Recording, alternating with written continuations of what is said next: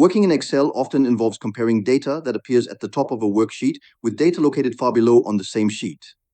This can be challenging because scrolling back and forth to view and compare these sections disrupts workflow and can lead to mistakes. Fortunately, Excel 365 offers a useful feature called the split window, which allows users to divide the worksheet view into multiple panes.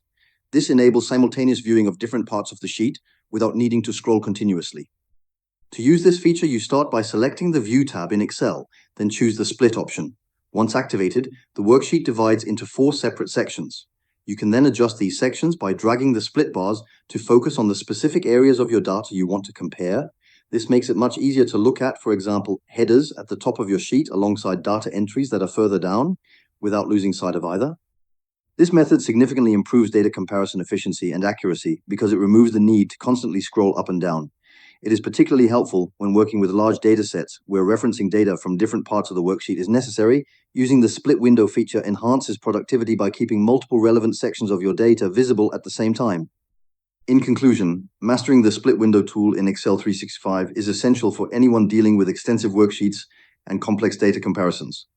It simplifies the process, reduces errors, and saves time, allowing you to work more effectively and confidently with your Excel files.